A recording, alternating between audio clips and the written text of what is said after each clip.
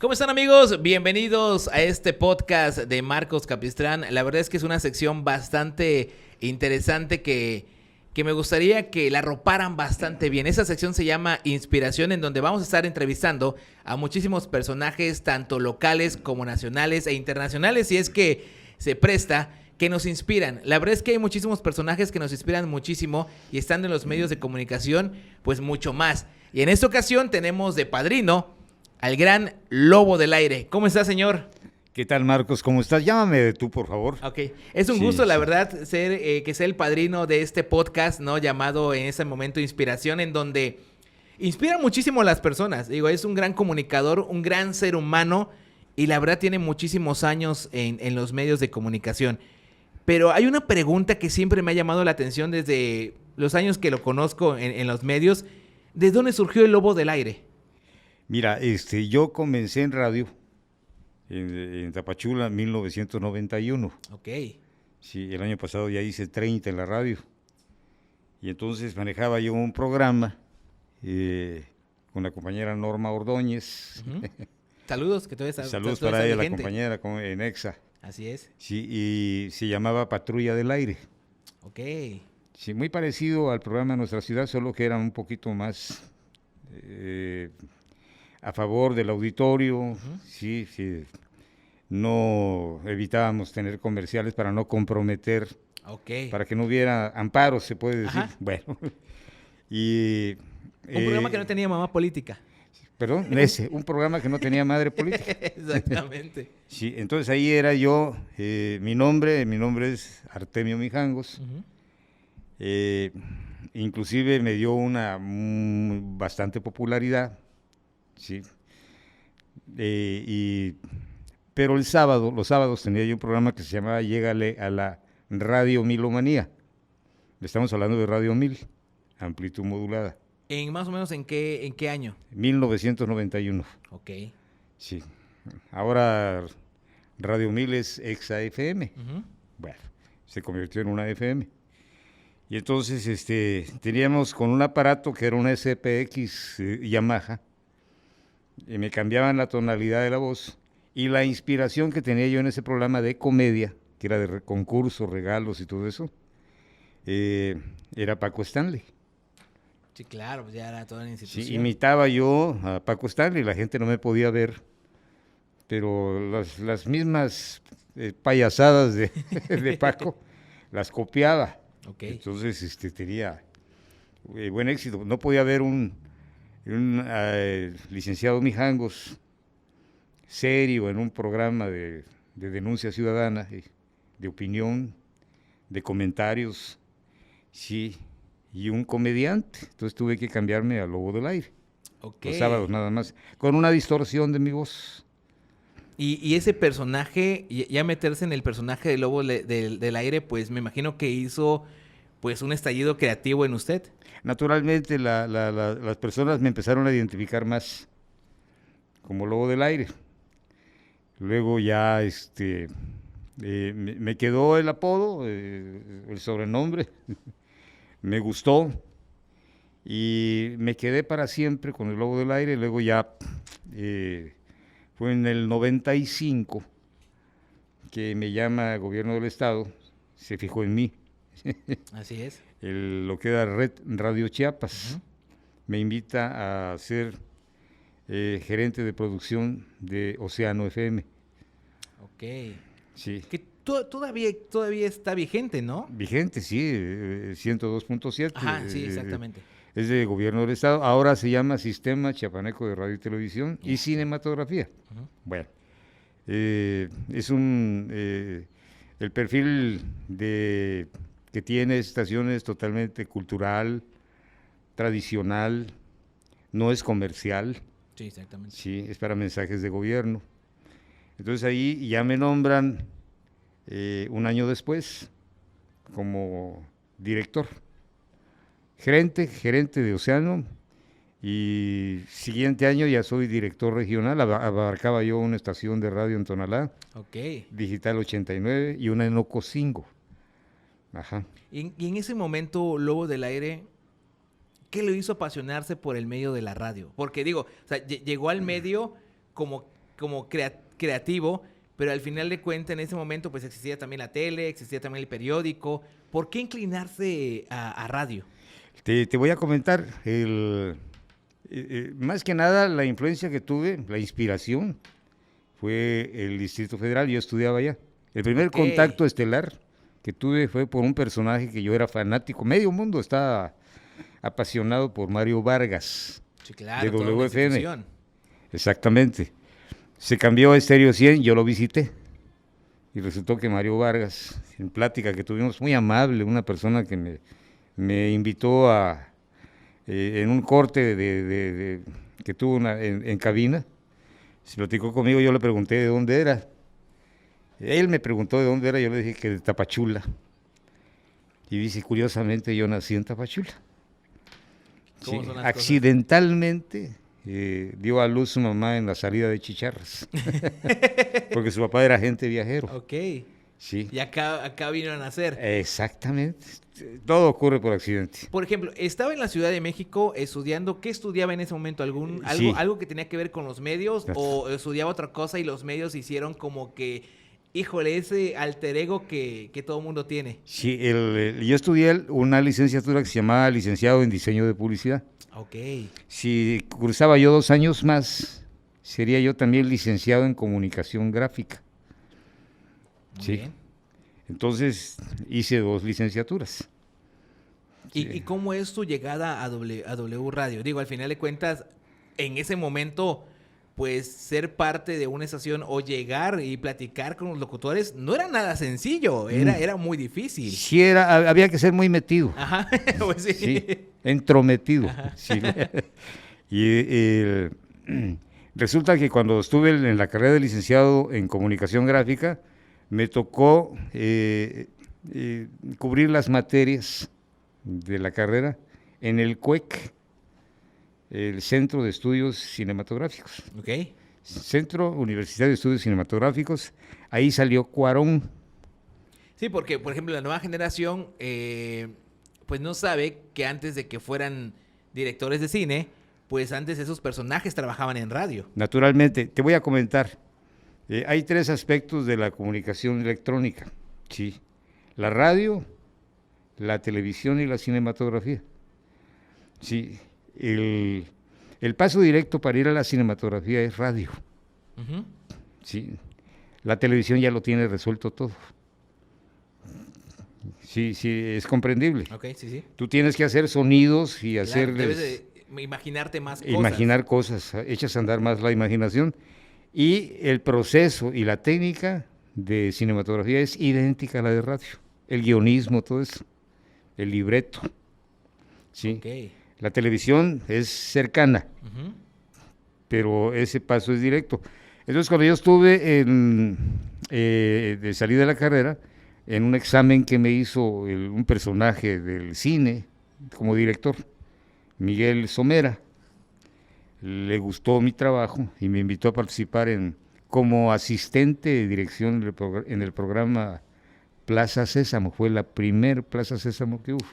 Cuando se trajeron ahora sí la franquicia a México para hacer programa de televisión. Exacto, sí, era una parte grabada en Estados Unidos. Ajá. Sí, y aquí se complementaba con actores como María Antonieta de las Nieves, quien fue mi compañera. Órale. Yo estuve en el Canal 13 también colaborando, ahora Televisión Azteca. Uh-huh. Arturo Alegro, un actor muy simpático de la película, bueno, fue muy conocido en la película Canoa, él ya murió. Okay. Entonces, me estuve entrometiendo, estuve en Televisa, me invitaron a trabajar en Canal 13 también, en un programa que se llamaba Pampa Pipintzin. Ok, ¿y de qué trataba ese programa? Ese programa, Pampa Pipintzin en náhuatl quiere decir solo para niños. Ok, Sí. ok. Ahí veía yo cómo doblaba las imágenes de María Antonieta de las Nieves. Ella es una gran imitadora, ¿eh? Sí, hace de voces, las mejores. de las Inclusive mejores. también, pues ha hecho muchísimas películas infantiles. Inolvidable, una excelente persona, de veras, y muy guapa, muy bonita. En ese momento, luego del aire, ¿qué sentías? ¿Sentías que ese ya era tu mundo? O sea, que... Sí, Sí, definitivamente. Estuve en esos programas, me llaman a trabajar también en la Federación Mexicana de Fútbol. Y sí, Okay. y me dan un cargo en un departamento nuevo. No existían los aparatos, las camaritas de video. Antes era videotape. Okay. Sí, eran de carrete. Ujú. Había que jalarlo con una carretilla y una cámara. ¿Qué es lo que dice, por ejemplo, la vieja guardia, que antes era muy difícil y estaban más preparadas las personas porque realmente era muy difícil el trabajo de los medios, que ahora pues ya te equivocas y ya lo puedes borrar sin ningún problema y seguir hablando? Exactamente. Estuve ahí trabajando con David Gutiérrez, Ujú. que era exjugador de la América, casado con una hermana del que fue gobernador de aquí de Ok. Chiapas, Julio César Ferro, Ruiz Ferro. Y entonces me dan a mi cargo el departamento de producción cinematográfica, producción audiovisual, perdón, y que estaba bajo la dirección de Arturo Yamazaki, uno de los grandes leyendas del fútbol. Ujú. Ahí conviví con muchísimos personajes como Ignacio Treyes, ¿sí?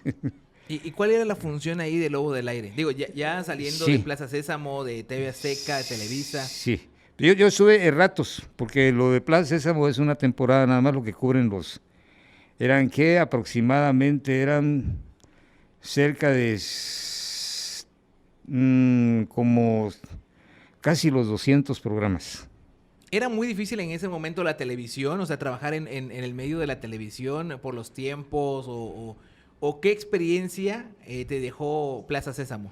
Es una gran experiencia. El Plaza Sésamo, me enteré de todo lo que sucedía en un set de televisión Ujú. para hacer un programa.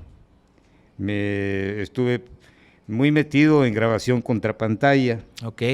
sí, lo que es la preproducción, sí, la producción y la postproducción, bien importante. Pero te voy a comentar, en ese tiempo que estuve en Televisa, sí, el Miguel Somera me presenta un personaje importante. Se aprovechaba un poco de mí porque yo le hacía los guiones, Claro. Miguel Somera. Todo el mundo pasa por eso. Así es. Yo escribía guiones y él vendía los guiones. Bueno, no importa, no por algo, me encanta eso. Y entonces conozco a un licenciado que se llama Rodolfo Echeverría Álvarez, hermano del presidente de la República. Así es. ¿Sí? Él era el presidente del Banco Nacional Cinematográfico. Ok. Entonces me dan una beca de estudios en Los Ángeles, en el Columbia College, por un año. Allá me prepararon a la manera de Columbia College en cine latino, Ok. sí, cine contemporáneo y todo eso. Todo se hablaba en español. Columbia College tenía una parte en inglés, otra parte en español. Y por ejemplo, con esa beca que estudió en Estados Unidos, ¿cómo estaban los medios allá? ¿Estaban muy adelantados Muy a adelantados, México? Muy adelantados. Sí, a Ok. tal grado de que antes de aparecer la FM, Allá sí, ya había. allá, aquí no había FM en México, Aquí puras AM.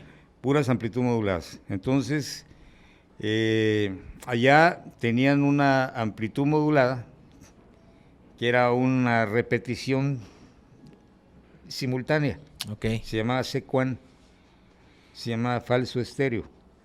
Por eso es que algunos carros muy viejos tienen AM estéreo. Ok, sí, porque el AM pues es una señal no tan nutrida, no como la FM, que es ya Sí. un poquito más estéreo. Aquí se juntaban 12, la misma señal se repetía, pero demasiado junto. Entonces había una amplitud de sonido. Ok, más estéreo Sí, que se llama- mono. Exacto. Pero era mono, ¿eh? Sí, pero le llamábamos secuan o falso estéreo. Ok, Aquí en Estados México- Unidos. Aquí en esa- México no existía aquí eso. no. Sí, no, la historia de la radio en Tapachula también es muy interesante. Y todo ese proceso de Plaza Sésamo, estar en la televisión, ¿cómo es que conoce a grandes personajes? Porque siempre que hemos platicado del mundo de la radio, me llama mucho la atención, y inclusive he visto fotos que me has mostrado de estar con Iñárritu, Marta de Baile, Charo Fernández, que en Javier ese momento Poza. son unas instituciones. Sí. ¿Cómo es que Mijangos empieza a trabajar con esa gente? Mira, yo durante el tiempo que estuve en Océano FM,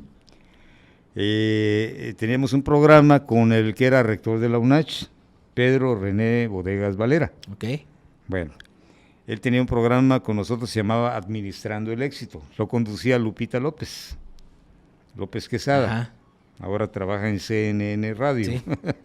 Estados Unidos. La famosa Lupita, que Famosísima siempre Lupita, sale cuando la platicamos negra, de radio. sí.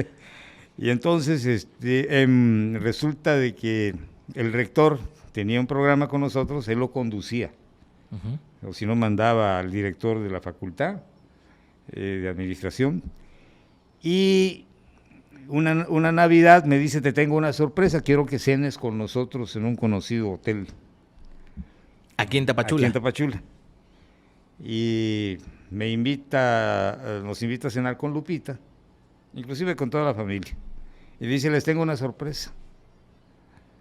Y nos llevó al lobby y nos cierren los ojos y miren quién está allí. Pues abrimos los ojos, ¿no? Ahí había una muchacha chaparrita, bonita, bien chaparrita, del tamaño de la Lupita. Dice, ay, pues sí, le digo, oye, Pedro, presenta, es Charo Fernández. Que ya en ese momento, estamos hablando de 1980 y tantos, los 90, ¿no? También, que era toda una institución en la radio. Pero era demasiado grande Charo Fernández. ¿Por qué vino a Tapachula? Porque estaba casada con un tapachulteco.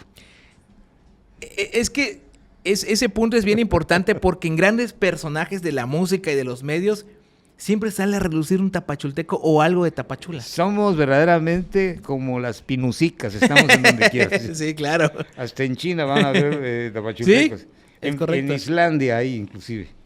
Bueno, y Le presentan a Charo Fernández. a Charo Fernández, Lupita casi se desmaya. Ese era su héroe, su heroína. Para mí era Martín Hernández, no lo conocía. Entonces, ella asiste al siguiente día, el lunes, a un programa con Lupita. Y fue un exitazo, la Charo Fernández. Y nos dice, les agradezco muchísimo la atención. Y le dijimos, Charo, queremos asistir a Espacio 97.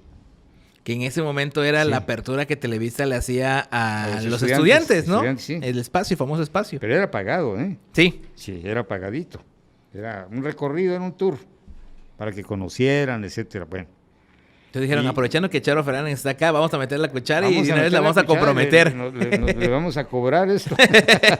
Y me dice, no quiero incluirlos en Espacio 97, lo puedo hacer naturalmente. Ahí me gustaría, ustedes son más radio que otra cosa, Ujú. invitarlos en Semana Santa del 97 a que se queden una semana con nosotros con gastos pagados. Órale, o sea, qué gran privilegio, la verdad, porque no cualquiera tiene esa gran oportunidad. No, de ninguna manera. Bueno, entonces, en ese momento, quien es director, presidente de Radiópolis es Ricardo Rocha. Ujú. Ya se le comunicó que íbamos a llegar, autoriza los pasajes, el hotel, la comida, y llegamos fue una Semana Santa. Ok. Sí. Pero ahí, por ejemplo, el Lobo del Aire, al salir del hotel, ¿qué era lo que sentías? No, era ¿Cuáles eran tus verdaderamente expectativas de era un llegar sueño. al gran emporio que era W Radio? Era O un sea, sueño, porque ahí me toca conocer al que yo admiraba, era Martín Hernández, el negro González Iñárritu, sí. Me toca tener una amistad con Fernando Benavides, que ahora es director de una estación de radio, creo que es Reactor, o fue Reactor, ujú, sí.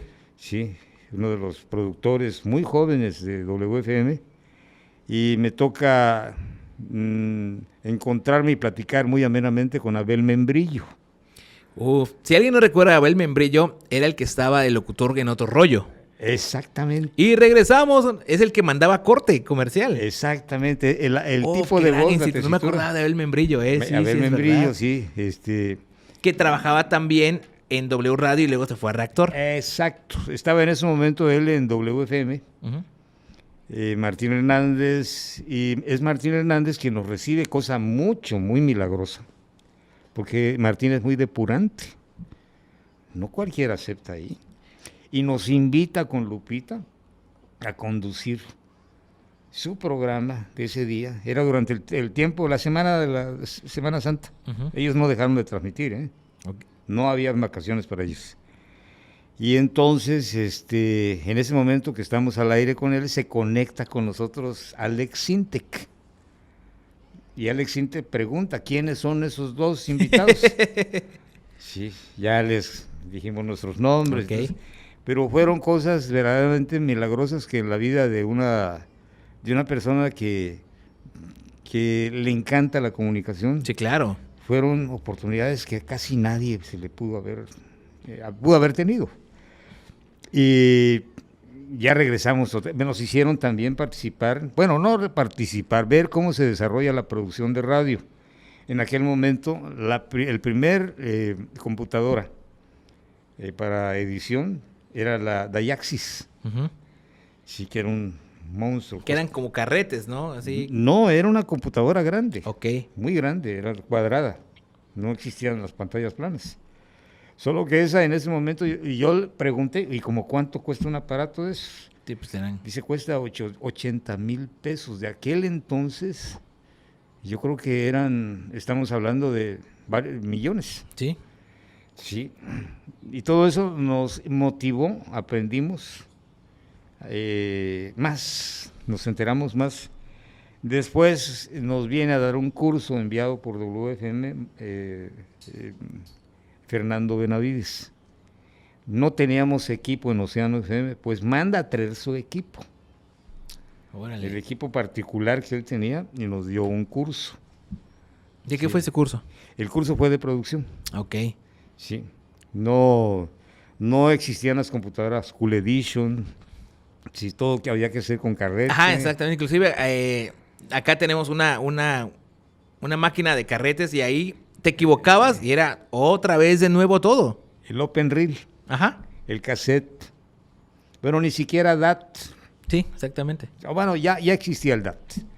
Y entonces nos viene a dar enseñarnos trucos para producir sonidos.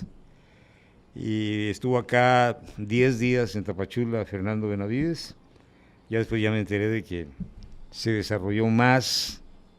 Sí, cuando quieran saber de él, solamente tienen que poner en la computadora Mimoso. Ok. Mimoso. Y está en una asociación de podcast Órale. que se llama Cassette Grabado. Ah, lo vamos a checar. Cassette Grabado. Ok. Hay que checarlo, ¿eh? En toda esa Ahí historia está Marta de Baile. también. Sí. ¿Y cómo fue la conexión con Marta de Baile? Porque yo tuve la oportunidad también poder ir a las actuales instalaciones de W Radio. Y yo quería ver a Marta de Baile, pero desafortunadamente no estaba haciendo su programa vía remotamente en otra parte del mundo.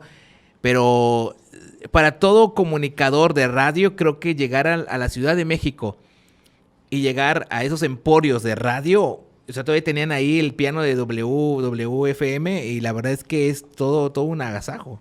Sí, con Marta conversamos poco tiempo. Igual chaparrita, ¿no? Marta de Baile. Chaparrita, una maravilla hasta la fecha. Sigue siendo una leyenda ya en Sí. radio. Pero fue inspirada también por el Negro González, por el Charo Fernández, es del equipito. Es correcto. Para todas aquellas personas, por ejemplo, chavos actuales, González Iñárritu, Martín Hernández, que inclusive ayudó muchísimo en la cuestión musical y de audio a las películas del Negro, pues actualmente ya trabajan solamente en cine, pero primero Sí. estuvieron en radio. Claro, el Negro González tiene 2 Óscares Ujú. de la Academia, ¿eh? 2. Es correcto. Martín Hernández tiene uno por Tiene audio. uno de audio y o sea, fue postulado, se puede Ujú, decir, sí. para Nominado, sí, sí, es correcto. Nominado para un Oscar más, se le considera el mejor sonidista de América, Marcelo Hernández. Es correcto. Y entonces fue una experiencia bellísima, ya regresamos muy alimentados. Sí, pues es que... Después de un curso más, y le metimos una pasión tremenda a lo que era la radio de gobierno, FM de gobierno.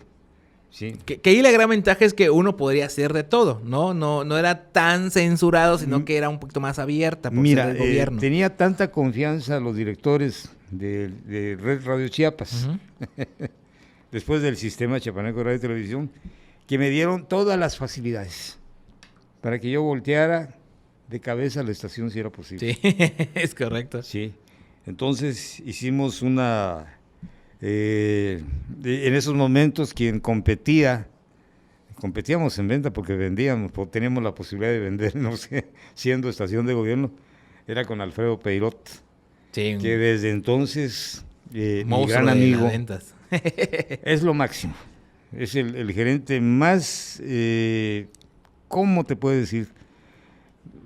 Con más talento y es el decano de los gerentes. Sí. Tiene más de 30 años en el medio. Sí, y correcto. ahí sigue, qué bárbaro. Por ejemplo, toda esa experiencia que ha tenido en los medios, los viajes, las personalidades que ha conocido, actualmente, ¿qué lo impulsa a seguir en los medios de comunicación? Mira, es que es como la vocación de médico. Uh-huh. Aunque ya te hayas jubilado, sigues participando de una u otra manera. Sí. Como la de un arquitecto, y yo agradezco muchísimo Radio Núcleo porque me ha invitado a participar. Por ahora estoy fuera del aire, pero me viene bien porque tengo otras actividades empresariales. Sí, claro. Okay. Pero siempre voy a estar dispuesto. Si tuviera la oportunidad de viajar en el tiempo a los inicios, cuando estaba estudiando en la Ciudad de México, cuando entró por primera vez a esa escuela de publicidad, si tuviera la gema del tiempo y regresar en ese momento a esa época, ¿qué le diría a Mijangos en ese momento? Si se lo topara en el pasillo de la escuela, ¿qué consejo le podría decir? Yo le diría claramente la verdad. ¿Sí? No perdiste el tiempo. Sí. La vida que se te dio fue para que aprovecharas el tiempo y tú hiciste lo mejor con eso. Te voy a comentar. ¿Por qué? Porque se trataba de participar en todo. Yo era muy inquieto. Inclusive estando terminando el convenio que teníamos con Plaza Sésamo, uh-huh. Me invita, me hace un comentario Miguel López Omera de una producción cinematográfico mexicano, México-americana. Okay. Sí. Y me dices, ¿quieres participar de extra? En una película americana. Se filmó en el estado de Durango, pero a mí me motivó mucho porque quienes eran los protagonistas de la película era Tom Berenger, uh-huh. Christopher Hauken y Pedro Armendáriz. Okay. Entonces, allá, claro está que nos pagaron hotel, toda la cosa, ¿no? Pero la cosa es que había que participar en una escena muy breve, lo que gastan los gringos, ¿eh? Sí, ¿Y en qué escena le tocó? Me dieron mi uniforme de soldado. Okay. Sí. Entonces se trata de soldados huyendo del ejército de El Salvador. Sí. Y nos dirigimos ante los estallidos de las bombas, que los jeeps volaban con las explosiones, y había que subirnos a unos aviones Dakota. Sí. Una gran producción. Una gran producción. Y la película, curiosamente, se filma en Durango, sí, pero se trata de una historia de un grupo de mercenarios que van a rescatar a un presidente africano que está secuestrado. Ok. Pero estamos hablando de Tom Berenger. Sí, claro. Christopher Hauken. Sí. ¿Quién no lo va a recordar en la película Batman? Sí. Sí. Entonces, estas pequeñas experiencias son algo muy grato comentarlos, es una satisfacción.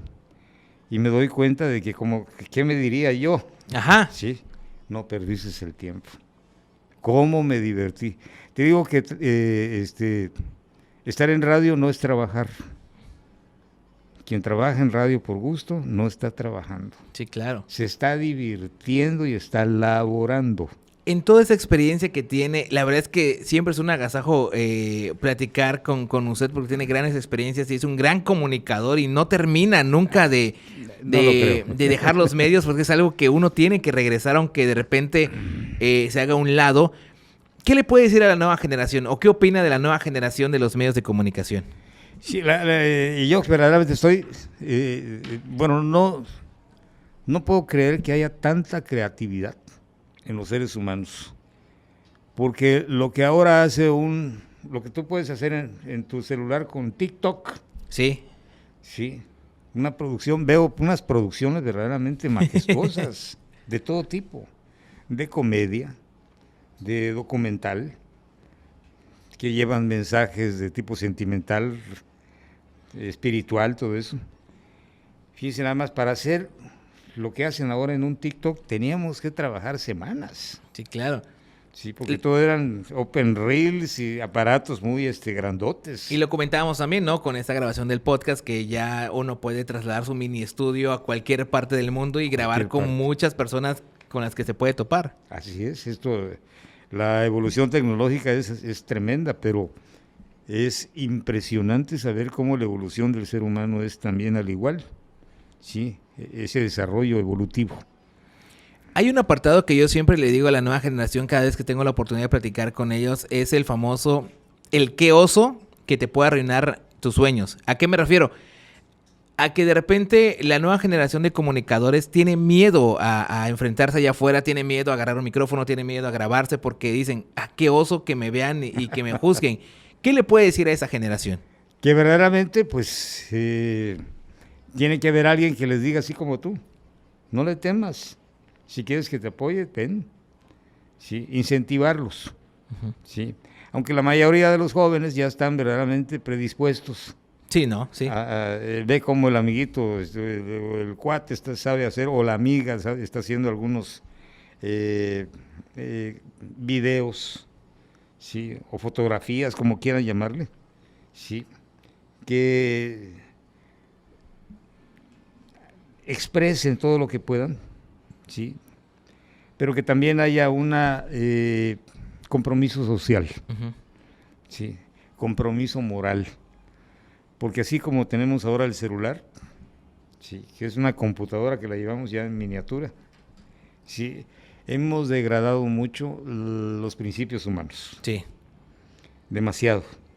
Sí, estamos viviendo una época de violencia y creo que el celular está colaborando mucho. Ese aparato increíble, no lo van a creer, pero tenemos estadísticas de que el 80% de lo que ve la juventud ahora es pornografía. Sí, y aparte salir mucho de contexto de una grabación que no sabes qué pasó atrás, pero está el momento en el que alguien le pega a alguien y uno puede decir, le puede echar la culpa fácilmente, pero sin saber el contexto que hay atrás. Exactamente. Veamos ahora cómo se ha desarrollado tanto la tecnología digital.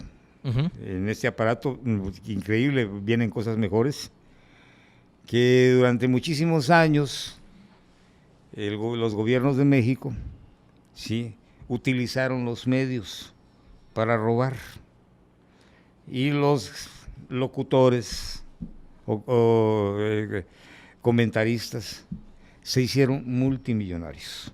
Sí, claro. En este gobierno que tenemos, sí, el contrapeso más grande que está a punto de que ya no hayan que hacer los medios de comunicación oficiales ante las redes sociales. Es correcto, así es. Increíble que tenga una penetración enorme.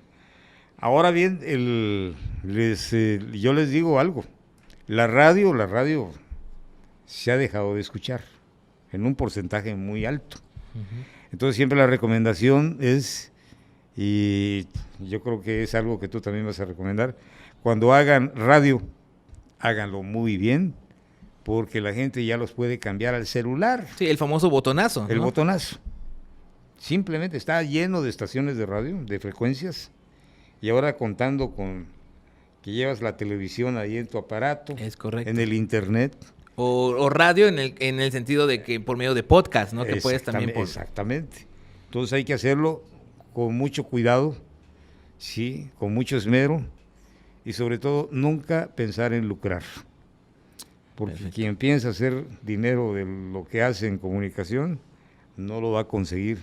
Eso solito viene. Exacto. Y se echa a perder la esencia, ¿no? Del Esencia, comunicador. totalmente, sí. En toda esa experiencia, luego del aire ya para platicar, la verdad es que sería un podcast de más de 6 horas porque tienes muchísimas anécdotas y en una próxima temporada te volvemos a volver a invitar. Claro.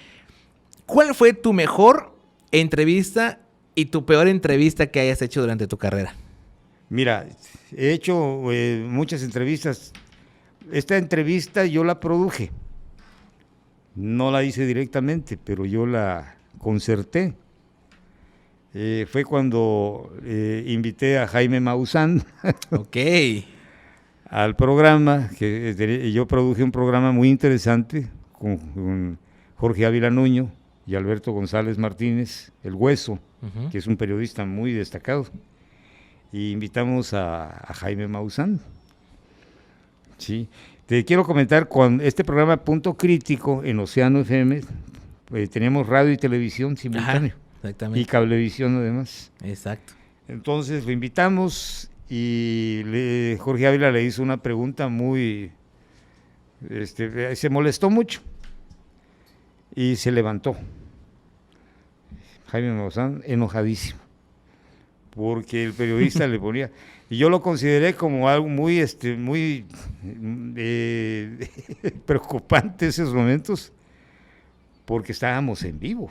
Sí, claro, y que se levante alguien así en vivo. Exacto, en vivo, y golpeó la mesa. Lo tuvimos que calmar y qué caray.